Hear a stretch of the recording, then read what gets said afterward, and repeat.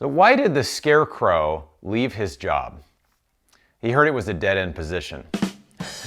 Okay, I like dad jokes and silly jokes, but really when it comes to it, how do you fire yourself? Recently, I was able to leave my $200K a year job. This is my book, Fire Yourself, and I kind of break down how I did it. But the reason I did it is I wanted to have more control over my time. I wanted to travel, write a book, as you can see, and just to be able to control the time. I had my 6th international trip here. You can see New Zealand. This was in 2023, and I just love being able to have the freedom to be able to do it. Now, over 70% of people, some 65, 70% of people say they're not engaged in their work. They don't enjoy it. They're not enjoying it. Maybe you're like, hey, I've done my job, I had my business, but I'm kind of over it, right? It's time to move on. Well, I'm going to give you some tips on how to be able to fire yourself, how to leave your job, how to do it quickly in less than 3 years. And I'm going to go over 3 simple steps. We have a great quote for you at the end. So let's jump in. Let's do this.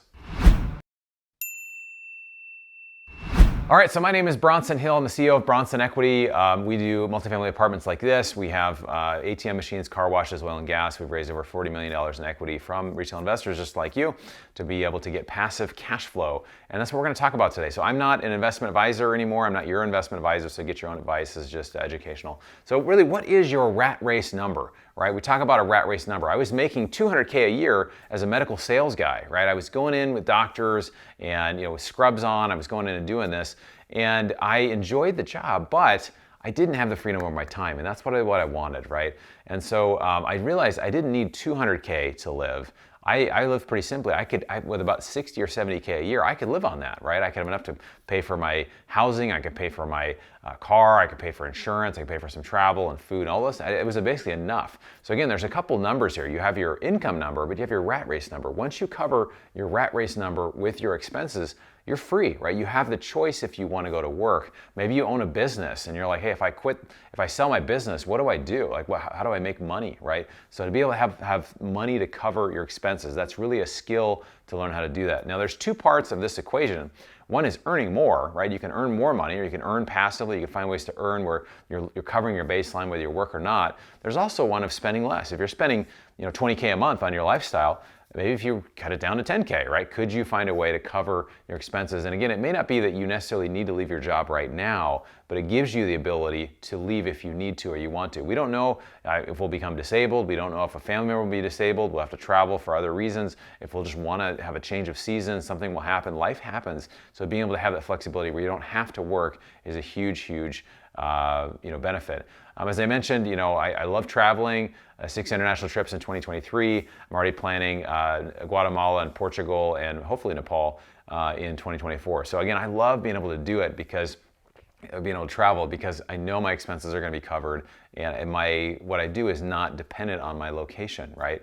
And so there's a way to be able to do it. As a passive investor, you can do it as well. So the first thing I would say, if you're somebody who has some net worth, typically $1 million or more, maybe in retirement, other things like that, is to start passively investing, right? So you start passively investing.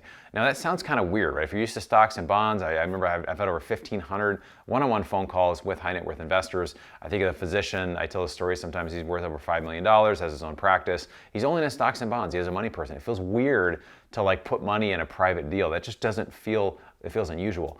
Well, I do, Spartan races and cold plunging and all the different types of things. And I'll tell you, to get in a cold plunge the first time feels really weird and uncomfortable, right? And now I've kind of gotten used to it. When you get in, you just imagine if you've ever done a cold plunge or a cold shower, you get in and it's just always shockingly cold, whether it's 50 degrees or it's 31 degrees. It feels really cold, so you just have to kind of control your breathing, right? And that's the same with passive investing. You just control your breathing, take deep breaths, and you just get used to doing something different and something new, and you embrace it, right? And then over time, it starts to become more comfortable. It's like, investors start to get involved, and they start saying, I like the cash flow in this. I'm gonna put some more in. I'll put some in a different deal. But this is kind of a format to get starting. Is basically give yourself 30 days. Join some deal investor clubs. We have a deal investor club. There's other groups that do, some great groups out there. And just make a choice. You're gonna look at 5 to 10 different deals, and you're gonna invest in 1 to 2 deals, right? And you're gonna invest, and it's probably gonna go fine. But the most important thing is that you're gonna learn, right? You're gonna learn about how this works, right? You're going to have a learning experience, and it's going to help you with investing. And at first, people are, we're all afraid to lose money, and I get that, but at the end of the day, it's the education, it's the learning that happens along the way that is the most important. And so what a lot of people get stuck in is they get stuck in analysis paralysis. I'll mention a guy, I won't mention his name because he may be watching this, but he was always into mobile home parks, and so he had multiple mobile home parks under contract. And then he would always find a way to get cold feet and just walk away from them. And I just think, man, how much better off would he have been had he just continued to move forward in that and really found a way to do those deals. So to just get started passively invested. Now the second thing to do really, or I guess it would be the third thing, find your rat race number, start investing passively. And then the last thing is to scale up your investing. Now, if you work out, sometimes you'll do a different type of workout, or maybe you'll do something like, man, I didn't know I had a muscle over here. This feels so sore, right? But over time, you're like, you can actually build up that specific muscle or that specific muscle in your neck, and all of a sudden you're like, which way to the weight room? Is it over there, right? You've learned a way to kind of actually double down on that. And so I talked to a lot of single-family investors. I was a single-family investor myself. A lot of people think by investing in single-family you'll become financially free, but it does not work. It takes too long. It's appreciation. There's no cash flow. And I also tell people this. I say, if you can't 10x your current strategy you're doing right now, then you're not passively investing. It's not scalable, right? So if you have 3 rental houses, maybe you get a little cash flow, could you go to 30? And I ask that question, and people's eyes typically bug out of their head, like, oh my gosh, there's no way I'd go to 30. Well, why is that? Because it becomes another job. Even with a manager, you're getting all these calls and people, asking, hey, what do we do here? The tenant didn't pay. We're having a plumbing issue, whatever. All these issues are coming up. So that is an example of not passively investing. Versus if you're in deals that are passive, where somebody looks at a deal, then they invest, and then pretty much they're just getting statements and getting passive cash flow. My podcast that I do, the show is called the Mailbox Money Show, right? How do you get just that mailbox money that just shows up? Now, we really typically do direct deposits, so it should really be the direct deposit show, but mailbox money sounds more fun. So, but that's kind of, for a lot of people, they don't understand that you can scale up investing. And so if you're stuck in your investment journey, really consider finding a way to become more passive in your investments, because it'll allow you to scale up. So how do you do that? I talk about it more in the book, but vet a deal, vet a team, and then invest. Give yourself a timeline, go for it, and then to scale it up. So over time, you're really looking for around 15% conservative projected return per year. If you are able to do that, your money will double every 5 to 7 years, depending on how you calculate it.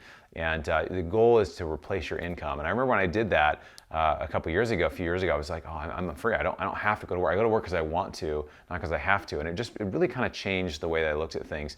And then to be able to do that, to get started, is instead of 1 or 2 deals, you can kind of ramp up to maybe 5, 10, or 15 deals. I know a guy that's in 70 passive deals, which I think is far too many, but because that can become a job too, right? So you can increase your allocation. So instead of putting 50 or 100K in per deal, maybe you're at 200K a deal, or 3 or 400K. You put in more money per deal, and you have fewer deals. And so you don't need to be diversified to the hilt to have that, make that work. So in summary, 3 things: really find out what your rat race number is. What do you need to be able to live on to cover not your income, but your expenses, right? That's the first thing. Second thing is start investing passively.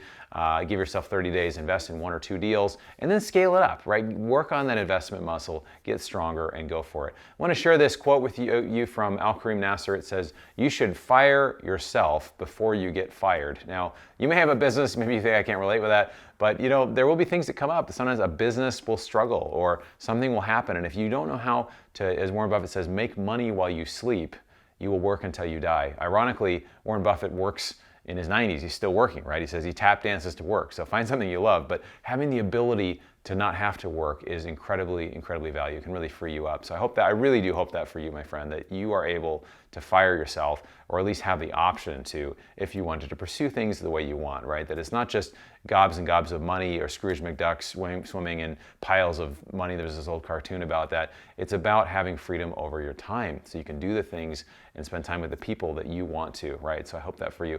My friend Bob Bernotis did this. We did this interview called, it was about investing in franchises. You can check it out up here. Great interview. Encourage you to check that out. And I just, if you haven't checked out my book, Fire Yourself, you can check it out. The first couple chapters are free at my website, bronsonequity.com. It just gives you a guide on all this stuff. So I think you really will enjoy it. Thanks for taking the time to educate yourself. Look forward to seeing you on the next video.